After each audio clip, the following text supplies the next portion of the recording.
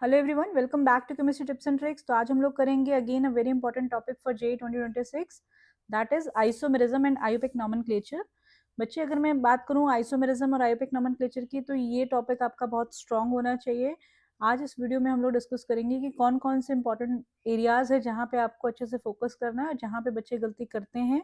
अब मैं उन्हीं टॉपिक्स को आपके लिए लेके आई हूँ और उनको आप अगर अवॉइड करेंगे तो डेफिनेटली आप इन टॉपिक से क्वेश्चन ठीक कर पाएंगे। So let us start. Isomerism में आपको किन किन बातों का ध्यान रखना है फॉर जेईई 2026। तो basically all of you know कि आइसोमेरिज्म को हम बेसिकली टू कैटेगरीज में क्लासिफाई करते हैं, स्ट्रक्चरल एंड स्टीरियो आइसोमेरिज्म। तो स्ट्रक्चरल आइसोमेरिज्म में बच्चे आप यहाँ पे different types of structural isomers के बारे में पढ़ते हैं। पहला होता है चेन आइसोमर। तो चेन आइसोमर्स की अगर मैं बात करूं बच्चे, तो इसमें आपने पढ़ा होगा कि जो आपकी कार्बन स्केलेटन है इसमें बेसिकली डिफरेंस होता है। चेन आइसोमर्स को जब हम देखेंगे, पोजीशन आइसोमर में आपको नाम बता रहा है कि सब्स्टिट्यूएंट के ग्रुप जो होते हैं, सब्स्टिट्यूएंट्स मतलब जो भी आपके ग्रुप्स वगैरह लगे हैं या कोई फंक्शनल ग्रुप लगा है, उनकी पोजीशन चेंज हो जाती है। कार्बन स्केलेटन इसमें सेम रहता है ना, carbon skeleton will remain same, लेकिन इसमें क्या होता है, पोजीशन वेरी करती है। सपोज एक एक्स ग्रुप यहाँ लगा हुआ है, नेक्स्ट आइसोमर में यहाँ पे जो हमारा सब्स्टिट्यूएंट होगा वो हमारा इस पोजीशन पे लगा होता है। इस केस में इसका नाम क्या हो गया, टू जो भी ग्रुप लगा हुआ है, एक्स मान लो हेलो ग्रुप है, तो two halo pentane and this will be three halo pentane. तो जब पोजीशन ऑफ सब्स्टिट्यूएंट में डिफरेंस होगा then will categorise it as position isomerism, right. Functional group में आपको पता है कि फंक्शनल ग्रुप बदल जाता है, कि जैसे मान लो किसी में OH ग्रुप लगा हुआ है, कहीं पे आपको दिख रहा है CHO ग्रुप है, कहीं पे आपको दिख रहा है CO ग्रुप है, और आपको डिफरेंट आइसोमेरिज्म पूछी जा रही है, तो आप इसमें कहेंगे फंक्शनल ग्रुप आइसोमेरिज्म एग्जिस्ट करेगी। मेटामेरिज्म बच्चे, ये आपको क्लियर होनी चाहिए। यहाँ पे बच्चे कभी कभी कंफ्यूज होते हैं, तो इसको मैं यहाँ पे बता देती हूँ कि एक पर्टिकुलर फंक्शनल ग्रुप के ईदर साइड पे जो कार्बन चेन है उसमें डिफरेंस होता है। जैसे मान लो मैंने एक कंपाउंड ऐसे लिया और दूसरा कंपाउंड मैंने आपको ऐसे ले लिया, तो इसका मतलब क्या है कि दोनों में आपको दिख रहा है कि यहाँ फंक्शनल ग्रुप क्या है, ईथर है, ईथर फंक्शनल ग्रुप है, लेकिन इसके ईदर साइड में जो अल्काइल ग्रुप्स लगे हैं इनमें डिफरेंस है। ऊपर वाले मॉलिक्यूल में मिथाइल और प्रोपाइल ग्रुप है, यहाँ पे दोनों में इथाइल ग्रुप है। तो ये मतलब आपको ध्यान रखना है। मेटामेरिज्म ऐसी आइसोमेरिज्म है जिसमें आपके किसी फंक्शनल ग्रुप के ईदर साइड में एल्काइल चेन में डिफरेंस होता है। Next we have tautomerism. Out of these 5 types this is most important, ये सबसे ज्यादा जरूरी है, इसको बिल्कुल अच्छे से क्लियर रखना है। तो टॉटोमेरिज्म में बच्चे क्या होता है, जैसे मान लो मैं एक बेसिक एग्जांपल ले रही हूँ कि ये आपके पास कीटो फॉर्म है, और जो कीटो फॉर्म होती है वो किसमें कन्वर्ट हो जाती है, वो आपके यहाँ पे इक्विलिब्रियम होता है with that of इनॉल form. इनॉल form मतलब यहाँ पे ये इनॉल फॉर्म में कन्वर्ट हो जाएगा। इनॉल फॉर्म बनने के लिए यहाँ पे क्या होता है, ये हाइड्रोजन माइग्रेट करके इस पोजीशन पे आ जाता है। तो ये 1,3 हाइड्रोजन माइग्रेशन होता है। It's not a basically example of resonance नहीं है ये, क्योंकि कई बार बच्चे यहाँ पे रेजोनेंस से कंफ्यूज होते हैं। तो यहाँ पे इक्विलिब्रियम एग्जिस्ट करता है between keto form and enol form, और अल्फा हाइड्रोजन होना यहाँ पे नेसेसिटी होता है इसके लिए। अगर आपको कभी आइडेंटिफाई करना हो तो अल्फा हाइड्रोजन होगा, देन ओनली हमारा यहाँ पे टॉटोमेरिज्म पॉसिबल होगा। तो इनको आपको अच्छे से रिवाइज कर लेना है, टॉटोमेरिज्म बहुत अच्छे से पढ़ लेना, वेरी वेरी इंपॉर्टेंट। बाकी मेटामेरिज्म भी आजकल पूछा जा रहा है। अगर मैं बात करूं यहाँ पे स्टीरियो आइसोमेरिज्म की, तो इसमें बच्चे 2 कैटेगरीज हैं, एक जियोमेट्रिकल आइसोमेरिज्म और एक ऑप्टिकल आइसोमेरिज्म। तो जियोमेट्रिकल आइसोमेरिज्म की अगर हम लोग देखेंगे, तो जियोमेट्रिकल आइसोमेरिज्म में बच्चे अगर हम लोग देखें तो GI में अगर हमारा क्या आता है, तो GI में हमारे यहाँ पे सिस एंड ट्रांसफॉर्म आती है। तो ये आपको पता होनी चाहिए, सिस फॉर्म क्या है, ट्रांसफॉर्म क्या है, इनकी फिजिकल प्रॉपर्टीज में डिफरेंसेस क्या हैं। और अगर ऑप्टिकल आइसोमेरिज्म की बात करें, तो यहाँ पे आपको काइरल सेंटर के बारे में पता होना चाहिए कि किसी मॉलिक्यूल में अगर कायरल सेंटर है तो वो ऑप्टिकली एक्टिव होगा, राइट। तो इसको अगर हम देखें सिंपली, तो यहाँ पे देखो, अगर मैं GI की बात करूं तो आपने देखा कि एक सिस फॉर्म होती है और एक ट्रांसफॉर्म होती है। तो दोनों फॉर्म में आपको एटलीस्ट ये अच्छे से रिवाइज करके जाना है कि कौन से molecule cis trans isomerism show कर पाएंगे। तो इसके लिए बच्चे कंडीशन क्या है, कि कंडीशन आपको क्लियर होनी चाहिए कि एक केस हमारे पास ये है कि ये जो हमारा मान लो रिस्ट्रिक्टेड रोटेशन होना चाहिए मॉलिक्यूल में, मतलब डबली बॉन्डेड कंपाउंड में एग्जिस्ट करेगा। दूसरी कंडीशन आपको यहाँ पे ध्यान रखनी है कि इस डबली बॉन्डेड कार्बन में अगर हम बात करें, तो जो ईदर साइड ऑफ कार्बन है दोनों में जो ग्रुप्स लगे होते हैं, ये दोनों ग्रुप आपके डिफरेंट होने चाहिए, right. These must not be similar groups, right. ये वाली जो हमारे ग्रुप होने चाहिए ये सेम नहीं होने चाहिए, A और B must be different, right. अगर किसी भी केस में कंडीशन फॉलो नहीं हो पा रही है दोनों कार्बन में, डबली बॉन्डेड कार्बन में, तो वो हमारा GI नहीं शो करेगा। और यहीं से क्वेश्चन बार बार पूछा जाता है।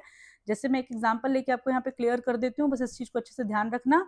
क्या मेरे पास प्रोपीन है, तो ये प्रोपीन हमारा क्या GI शो करेगा? तो आप देखो ये डबली बॉन्डेड कार्बन है, इस कार्बन पे आप देख रहे हैं एक हाइड्रोजन लगा हुआ है। अगर मैं इसको अच्छे से लिखूं तो I can write it like that, ये CH3 हो गया, यहाँ पे ये H हो गया, यहाँ पे डबली बॉन्डेड कार्बन हो गया और यहाँ पे 2 H हो गए। तो आप देखो ये जो 2 ग्रुप लगे हैं ये सेम लगे हैं, तो इसका मतलब ये हमारा GI नहीं शो करेगा। तो ये कंडीशन क्लियर होनी चाहिए।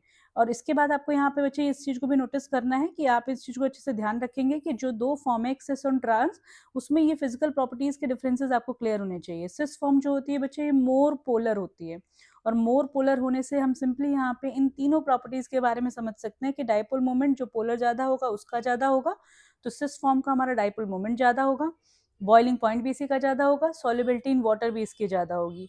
लेकिन अगर मैं इसकी बात करूं तो हमारा जो ट्रांसफॉर्म होती है ये मोर सिमेट्रिकल होता है, इसका स्ट्रक्चर क्या होता है, मोर सिमेट्रिकल।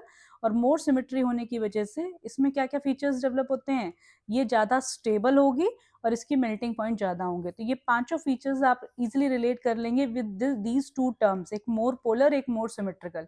तो मोर पोलर है तो dipole moment, boiling point, solubility cis form का ज्यादा होगा और ये हमारा इसका ज्यादा होगा।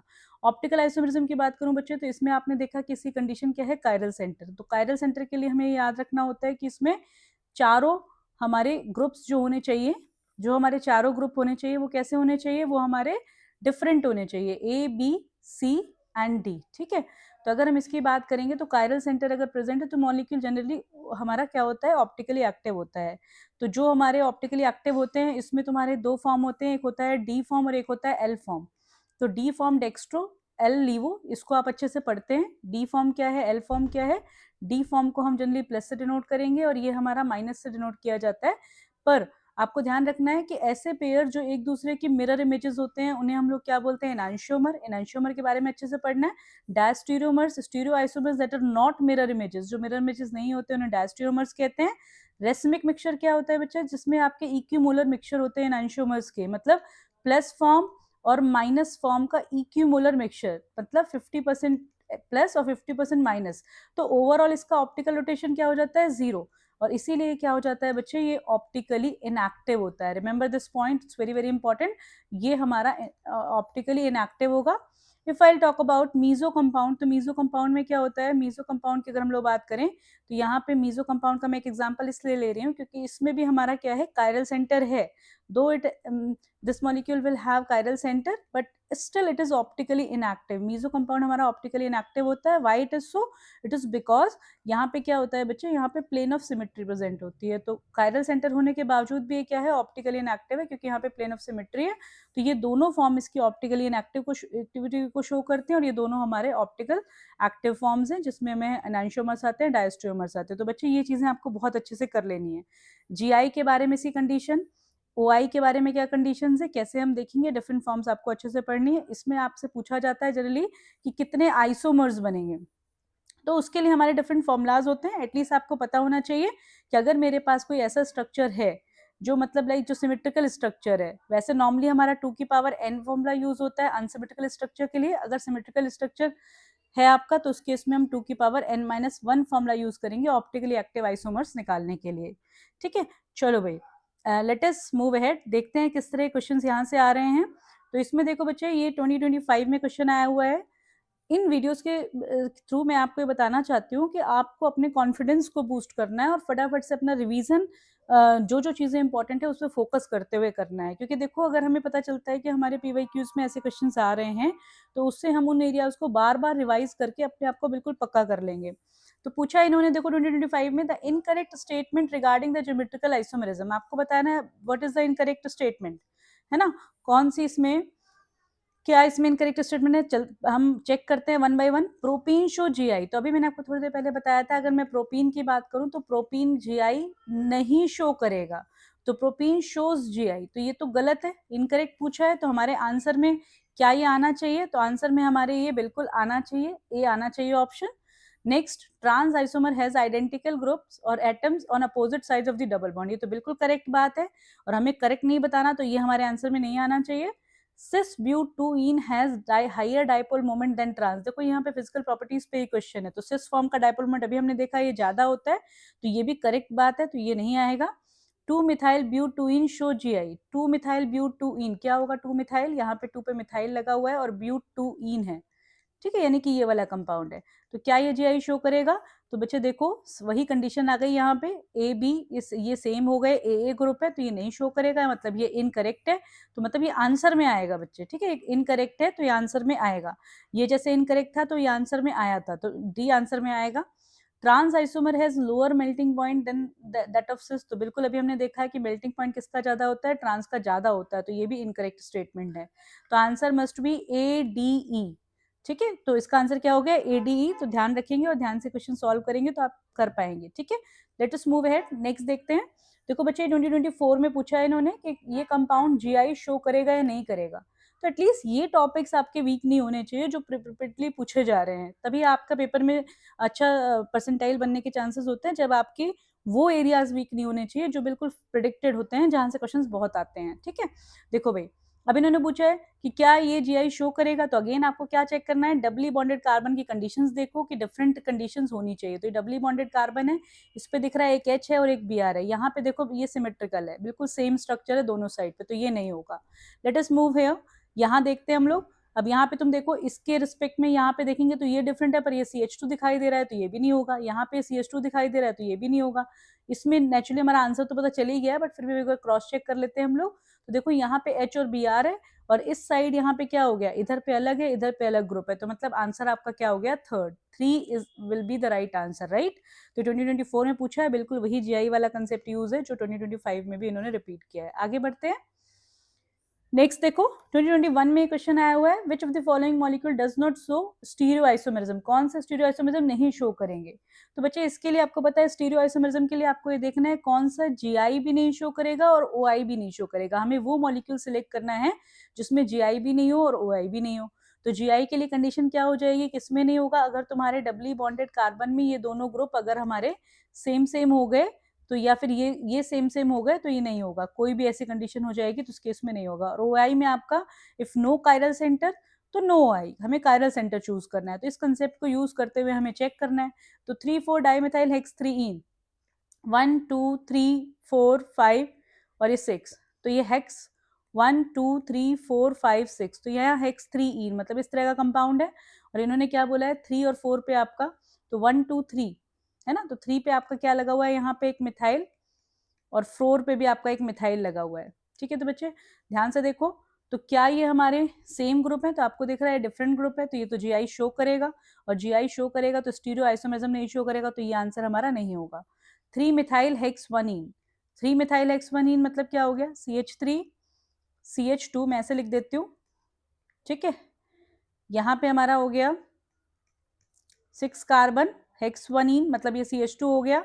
तब आपको दिखाई देगा कि यहाँ पे क्या नहीं हो सकता बच्चे, यहाँ पे आपका हेक्स 1इन हो गया, तो जीआई यहाँ पे नहीं होगा, जीआई नहीं होगा। बट हमें यहाँ पे कायरल सेंटर दिखाई दे रहा है, और कायरल सेंटर अगर हमारा दिख रहा है तो इसका मतलब क्या हो जाएगा, ये हमारा ऑप्टिकली एक्टिव हो जाएगा, तो ये आंसर भी हमारा नहीं पॉसिबल है। 3 इथाइल हेक्स 3इन, 3 इथाइल हेक्स 3इन में क्या हो जाएगा, तो 1 2 3 4 5 और ये 6। ठीक है, तो 3इन है तो मतलब यहाँ पे डबल बॉन्ड आ गया, और 3 पे हमारा क्या है, इथाइल लगा है, C2H5 लगा हुआ है, और C2H5 लगते ही बच्चे यहाँ पे आपको दिख गया कि ये दोनों ग्रुप हमारे सेम हो गए, तो इसका मतलब ये हमारा जीआई तो शो नहीं करेगा, जीआई शो नहीं करेगा। क्या यहाँ पे कोई कायरल सेंटर है, तो हम यहाँ पे देख पा रहे हैं यहाँ पे कोई कायरल सेंटर भी नहीं है, तो ये ओआई भी शो नहीं करेगा, तो आंसर विल बी थर्ड। अब इसमें हेक्स 1इन दिखाई दे रहा है और कोई भी कायरल सेंटर नहीं होगा नेचुरली, तो इसका मतलब क्या होगा, answer will be 3 ethyl hex 3इन। तो ये भी कंसेप्चुअल क्वेश्चन था, आपके अगर कंसेप्ट क्लियर है तो आप इजीली कर पाएंगे। ठीक है, लेट अस मूव अहेड। देखो भाई 2022 में क्वेश्चन आया हुआ है, ये पूछ रहे हैं कि total number of possible stereo isomers of di methyl cyclopentane. तो डाई मिथाइल साइक्लोपेंटेन क्या होता है, ये होता है आपका डाई मिथाइल साइक्लोपेंटेन। इसमें दो कंडीशन है हमारी, CH3 CH3। ठीक है, एक ऐसे हो सकता है, या फिर ये ग्रुप हमारा ऐसे लग सकता है, CH3 CH3 डाइमिथाइल पेंटेन। ठीक है, अगर हम इस केस में देखें तो हमारे कितने, हमें दिख रहा है यहाँ पे एक कायरल सेंटर बन रहा है, ये एक कायरल सेंटर बन रहा है, यहाँ पे एक कायरल सेंटर है और ये एक कायरल सेंटर है। तो अगर आपके यहाँ पे दो कायरल सेंटर है और यहाँ पे एक मीजो काइंड ऑफ कंपाउंड है, तो आपको पता होना चाहिए कि इसके ऊपर जब भी मीजो होगा तो हमारा क्या होता है, 2 की पावर n-1 हमारा फॉर्मूला यूज होगा। तो 2 की पावर n-1 को अगर हम लोग करेंगे तो हमारा क्या हो गया, 2 की पावर 2 -1। ठीक है, तो अब अगर हम इसको लगा देंगे तो हमारा सिंपली क्या हो जाएगा, 2 की पावर 2 n-1 हमारा होता है फॉर्मूला। तो यहाँ पे 4 में से अगर हमारा एक सब्ट्रैक्ट हो गया तो यहाँ पे आपका सिंपली आएगा, we can do it directly. तो यहाँ पे इसके 3 बनेंगे। मैं ऐसे फॉर्मूला अगर नहीं भी यूज करूँ, अगर मान लो आपको फॉर्मूले में कंफ्यूजन है तो फॉर्मूला मत यूज करो। आपको दिख रहा है 2 कायरल सेंटर है, तो 2 इसमें एनएंशियोमेरिक पेयर्स हमारे होंगे सिंपली अगर हम लोग देखेंगे, और एक इसमें मीजो होगा, 2 डीएल पेयर हो जाएंगे, और एक इसमें मीजो कंपाउंड होगा, तो 3 इसमें बनेंगे और 3 हमारे इसमें बनेंगे। तो टोटल हमारे आंसर आना चाहिए 6। 3 इस कंडीशन में हो गया, 3 इस कंडीशन में। इस क्वेश्चन को अच्छे से चेक करो, और इस तरह से क्वेश्चन काफी पूछे जाते हैं। तो देखा बच्चों आपने किस तरह से आपने इन एरिया पे फोकस करना है, जीआई, ओआई, टॉटोमेरिज्म और एज वेल एज आपका मेटामेरिज्म भी इंपॉर्टेंट है। बाकी बेसिक आपको पता होना चाहिए अबाउट आइसोमेरिज्म।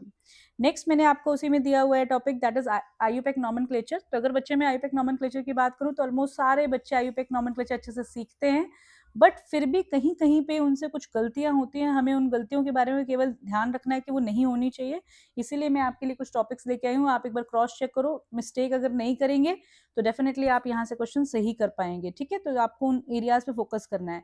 जनरली मैं बताती हूँ बच्चे कहाँ गलती करते हैं। उनको जनरली मिस्टेक्स होती हैं जब वो ऑर्डर की, प्रायोरिटी ऑर्डर की बात आती है।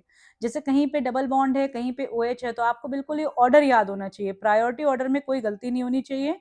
और बाकी हमारा रूल होता है, प्रीफिक्स आएगा, फिर वर्ड रूट आएगा, प्राइमरी सफिक्स, फिर secondary suffix. I don't think so कि आपको ये डिटेल में बताने की जरूरत है कि इसका क्या है। ये सब आपने होपफुली पढ़ा ही होगा, क्योंकि जो सीरियस बच्चे हैं वो ये सारी तैयारी कर रहे होते हैं। अब मैं आपको बता देती हूँ, ये ऑर्डर आपको अच्छे से क्लियर होना चाहिए। तो इस ऑर्डर में कार्बोक्सी सल्फोनिक के सारे अलग अलग हैं। तो इसके लिए बच्चे मैं यहाँ पे एक ट्रिक लिख देती हूँ, आप इसे ध्यान रखो। तो कार्बोक्सी स्टॉप, अगर मैं सिंपली इस ऑर्डर को देखें तो हम उसको करेंगे, स्टॉप आस्किंग। आस्किंग मतलब हो गया हमारा, मैं एक्चुअली यहाँ पे ले रही हूँ, देखो भाई मैं यहाँ बताना चाह रही हूँ, चलो मैं इसको पहले डायरेक्ट यहाँ लिखती हूँ। COH ग्रुप है तो इसको हम लिख रहे हैं कार्बोक्सी, आपको इसलिए इजिली याद हो जाएगा, carboxy stop asking, asking ester anything about cyanide। Carboxy order दे रहा है कि carboxy stop asking ester anything about cyanide. Anything से मतलब आप समझ जाओ, यहाँ पे H आ रहा है तो एसिड हैलाइड है। इसके बाद I already know all things about in and ions. तो बच्चे गलती कहाँ होती है मैं आपको बता रही हूँ। आप पहले तो स्ट्रिक को समझो, अमीन के लिए भी अबाउट है, अमाइड के लिए भी अबाउट है, तो भूलना मत इसको। Carboxy stop asking esters anything about cyanide, I already know all things about in and आइन। तो ये जो यहाँ पे आप जब इसको अपने आप लिख के देखेंगे ना, you will be able to understand कि कार्बोक्सी स्टॉप आस्किंग, आस्किंग का मतलब क्या हो गया, आस्किंग का मतलब हो गया आपका यहाँ पे क्या आता है, एसिड। अगर हम देखें एनहाइड्राइड, यहाँ पे एनहाइड्राइड आता है, तो एनहाइड्राइड ग्रुप क्या होता है, COO, ये ग्रुप हमारा एनहाइड्राइड हो गया। ईस्टर, ईस्टर में क्या होता है, COOR हो गया, ईस्टर हो गया। एनीथिंग, एनीथिंग क्या हो गया, X हो गया। अबाउट, अमाइड हो गया। ठीक है, नाइट्राइल मतलब साइनाइड आ गया। आई से मतलब हो गया आइसोसाइनाइड। ऑलरेडी, ऑलरेडी मतलब ऑल मतलब एल्डिहाइड। नो मतलब कीटोन्स, यहाँ पे कीटोन्स आ गए। ऑल मतलब एल्कोहल हो गया। ऑल थिंग्स मतलब थायोल हो गया। अबाउट, इन एंड आइन। तो इस तरह से आप ट्रिक को याद करेंगे तो आपको ये ऑर्डर याद रहेगा। बस यहीं पे बच्चे मिस्टेक करते हैं। तो let us check some question कि यहाँ पे कैसे क्वेश्चंस आ रहे हैं। देखो भाई 2025 में क्वेश्चन आया हुआ है ये वाला, इसमें देखते हैं क्या पूछा है इन्होंने। अब बच्चे यहाँ पे क्या गलती करेंगे, हम नंबरिंग कहाँ से करें, तो आपको पता होना चाहिए नंबरिंग हमारी कहाँ से स्टार्ट होगी, OH में और अमीन में, which is more prioritise group. तो आपको पता होना चाहिए OH है तो 1 2 3 4, तो क्या नाम हो गया इसका, 4 इथाइल साइक्लोपेंट 2 इन 1 ऑल। तो कहाँ दिया ये ऑप्शन, 4 इथाइल साइक्लोपेंट 2 इन 1 ऑल। तो this must be the right answer for this question. तो ये क्वेश्चन अगर आपके कंसेप्ट क्लियर है आप इजिली कर सकते हैं। नेक्स्ट क्वेश्चन देखो भाई, अब यहाँ पे बच्चा कई बार भूल जाता है कि डबल बॉन्ड से प्रायोरिटी करें या ट्रिपल बॉन्ड से। तो अभी आपने देखा डबल बॉन्ड की प्रायोरिटी ज्यादा है, तो 1 2 3 4 5 6 7। तो आपको दिख रहा है 1 पे इन है, 6 पे आइन है, 4 पे ऑल है, तो क्या आंसर बन जाएगा आपका हेप्ट 1 इन 6 आइन 4 ऑल, तो B must be the right answer. 2025 में ही पूछा है डिफरेंट शिफ्ट में। लेट अस मूव अहेड, आगे बढ़ते हैं। अब ये क्वेश्चन आपका एनसीईआरटी बेस्ड क्वेश्चन है, 2025 में इन्होंने पूछा है।